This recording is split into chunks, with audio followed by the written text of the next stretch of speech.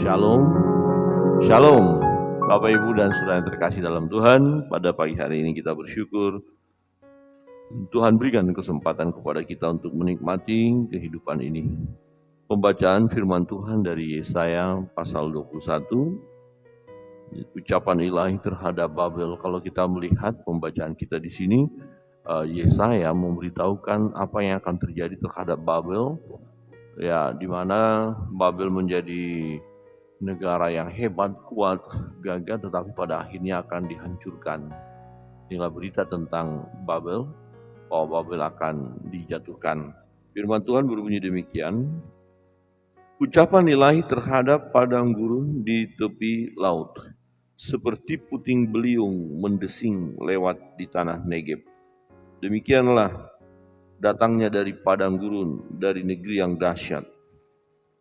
Suatu penglihatan yang kejam telah diberitakan kepadaku. Penggarong menggarong, perusak merusak. Majulah hai Elam, kepunglah hai Madai. Aku hentikan semua keluh yang ditimbulkannya. Sebab itu pinggangku amat sakit. Sakit mulas menimpa aku, seperti sakit mulas perempuan yang melahirkan. Aku terbungkuk-bungkuk, tidak mendengar lagi. Aku terkejut, tidak melihat lagi. Hatiku gelisah, kekejutan meliputi aku. Malam hari yang selalu kurindukan itu sekarang menggentarkan aku. Orang sibuk menyajikan hidangan, mengatur tempat-tempat duduk, makan, minum. Tiba-tiba kedengaran, hai para panglima, siaplah tempur, minyakilah perisai. Sebab beginilah firman Tuhan kepadaku, pergilah, tempatkanlah seorang peninjau, apa yang dilihatnya haruslah diberitahukannya. Apabila dilihatnya pasukan-pasukan, pasangan-pasangan orang berkuda, pasukan keledai, pasukan unta, maka haruslah diperhatikannya sungguh-sungguh dengan penuh perhatian. Kemudian berserulah orang yang melihat itu, di tempat peninjauan, ya Tuanku, aku berdiri senantiasa sehari suntuk, dan di tempat pengawalanku aku terpancang setiap malam. Lihat, itu sudah datang sepasukan orang, pasangan-pasangan orang berkuda. Lalu berserulah ia, katanya, sudah jatuh Babel, dan segala patung berhalanya telah diremukkan dan bertaburan di tanah. Hai bangsaku yang telah dipijak-pijak dan diinjak-injak, apa yang kudengar dari Tuhan semesta alam Allah Israel telah kuberitahukan kepadamu. Demikian jauh pembacaan firman Tuhan. Bapak Ibu dan Saudara yang terkasih dalam Tuhan, Yesaya memberitahukan apa yang akan terjadi kepada Babel, di mana Babel adalah nantinya bangsa yang hebat, gagah. Pada saat Yesaya melayani, negara atau bangsa yang berkuasa pada waktu itu adalah Asyur. Tapi kemudian Babel akan mengalahkan Asyur. Nah, Yesaya berbicara kepada suku Yehuda atau bangsa Yehuda, ya, kerajaan selatan ini. Ya, memberitahukan bahwa yang akan terjadi nanti, ya, bahwa bangsa Babel ini akan jatuh, ya, akan diporak-porandakan. Mereka akan kalah, diinjak-injak, dipijak-pijak dikatakan tadi. Ya, hai bangsaku yang telah dipijak-pijak dan diinjak-injak. Kapan ini terjadi? Ya, nanti, ya, pada masa pelayanan Yeremia terakhir dan Raja Zedekia, ya, akan diangkut bersama dengan umat itu ke Babel selama 70 tahun. Mereka akan ada di dalam perbudakan itu. Jadi jauh sebelumnya Yesaya memberitahukan hal yang akan terjadi. Nah, apa tujuan daripada Yesaya memberitahukan ini kepada umat pilihan ini? Hai bangsaku yang telah dipijak-pijak dan diinjak-injak, apa yang kudengar dari Tuhan semesta alam Allah Israel telah kuberitahukan kepadamu. Nah, ini merupakan satu penghiburan bagi umat pilihan Allah ini. Ya, diberitahukan ini terjadi di kemudian hari. Ya, beberapa tahun atau kurang lebih 150 tahun yang akan datang. Ya. Dan Babel yang hebat itu akan jatuh. Sudah jatuh Babel.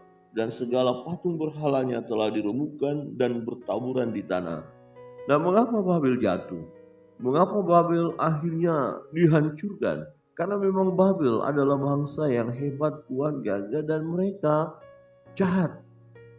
Ya, mereka melakukan perbuatan yang jahat, bahkan kota Babel itu sendiri penuh dengan kejahatan, kecemaran. Ya, di sana penuh dengan kekejaman. Dan dikatakan tadi bahwa berhala-berhalanya akan berhamburan. Jadi penyembahan berhala luar biasa. Dan kemudian Tuhan menghancurkan bangsa ini. Tuhan menghancurkan negeri Babel. Ya, mengingatkan kita bahwa kejahatan, kehebatan manusia tidak akan bertahan di hadapan Allah.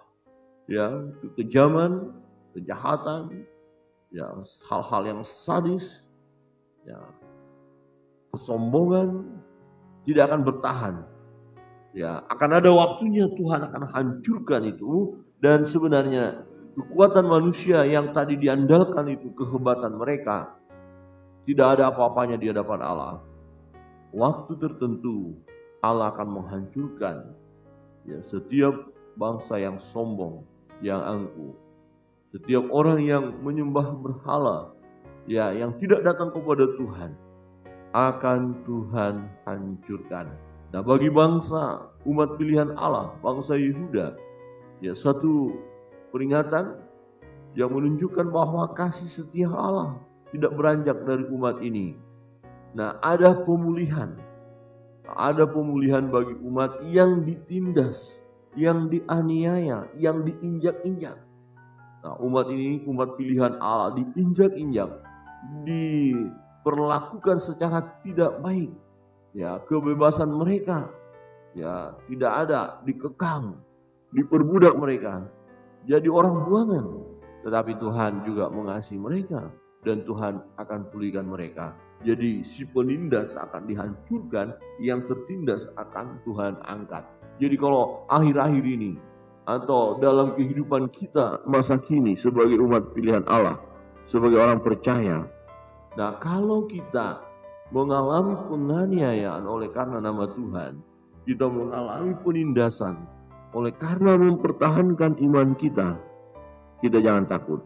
Ya, jangan cemas, jangan bimbang, jangan kita merasa ya sebagai pribadi-pribadi yang tidak bisa menghadapi masalah itu, atau merasa tidak berarti, atau merasa tidak ada artinya hidup. Jangan. Tetap pertahankan iman kita, tetap melangkah, tetap datang kepada Tuhan.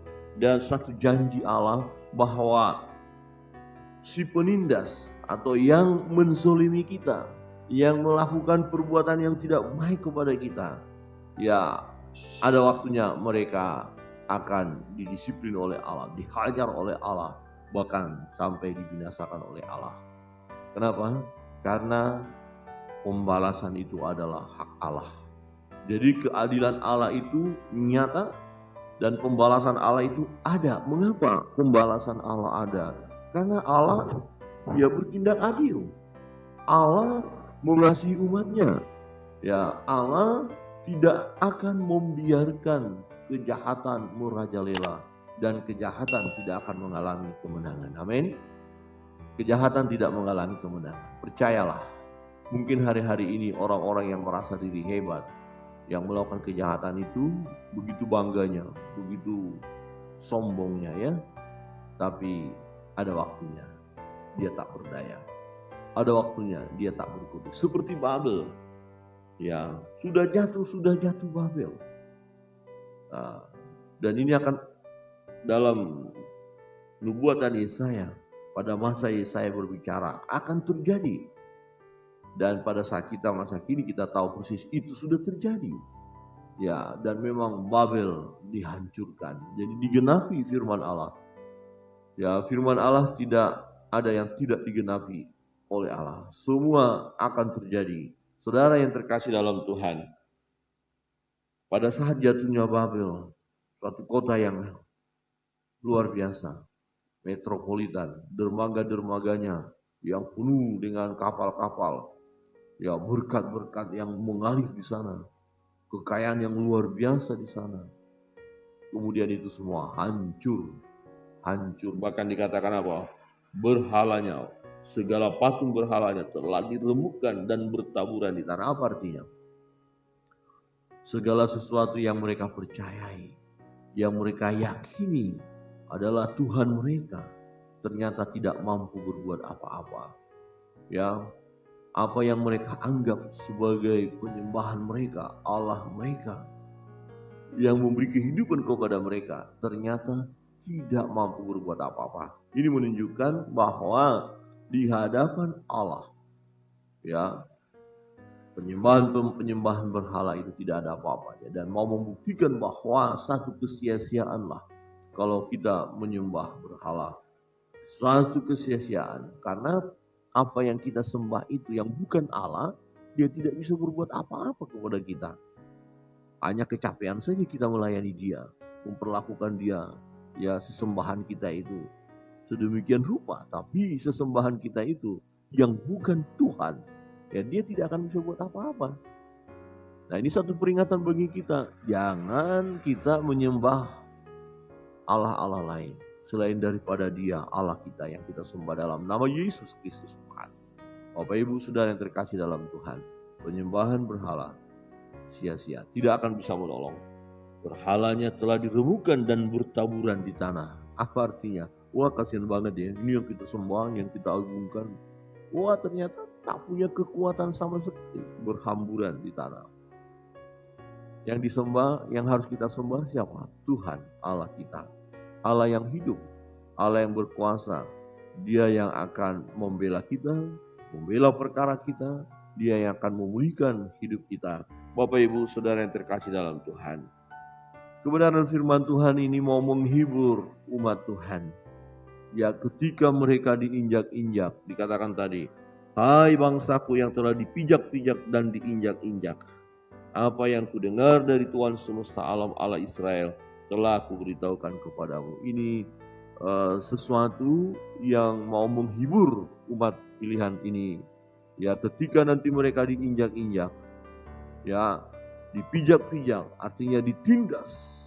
Tapi ingat, Tuhan katakan bahwa yang menginjak-injakmu itu, yang menindasmu itu akan hancur, akan binasa, tidak bisa lagi berbuat apa-apa. Bahkan sesembahan mereka pun ya akan bertaburan di tanah. Wah, ini menunjukkan sesuatu hal yang mengerikan nanti, hukuman itu bagi musuh-musuh dari umat pilihan Allah.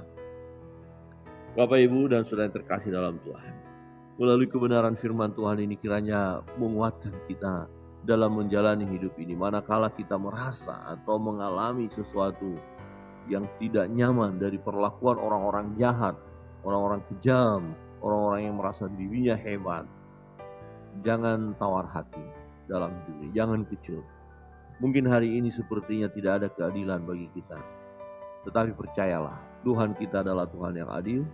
Dia akan bertindak tepat pada waktunya. Jangan juga kita membalas, karena pembalasan itu adalah hak Allah. Apa yang mau kita buat kalau posisi kita seperti ini? Ya hanya bersandar kepada Tuhan, berserah kepada Tuhan, percaya kepada firman-Nya. Tuhan akan memulihkan kita. Ingat, yang menindas kita akan dihukum oleh Allah, dibinasakan. Kita yang tertindas, bagi orang-orang percaya karena mempertahankan iman, akan dipulihkan, akan diangkat oleh Tuhan. Kiranya Tuhan memberkati kita.